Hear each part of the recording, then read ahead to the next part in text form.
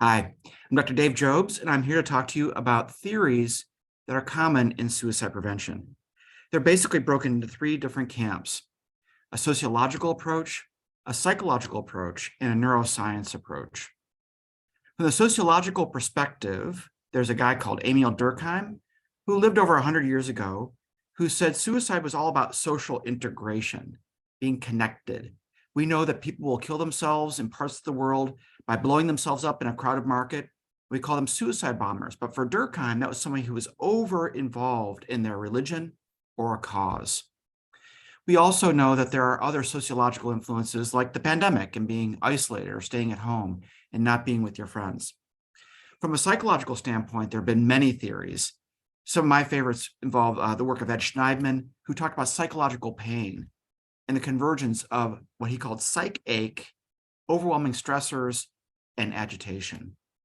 Other psychological approaches were developed by Freud and behaviorists and different kinds of approaches across the spectrum.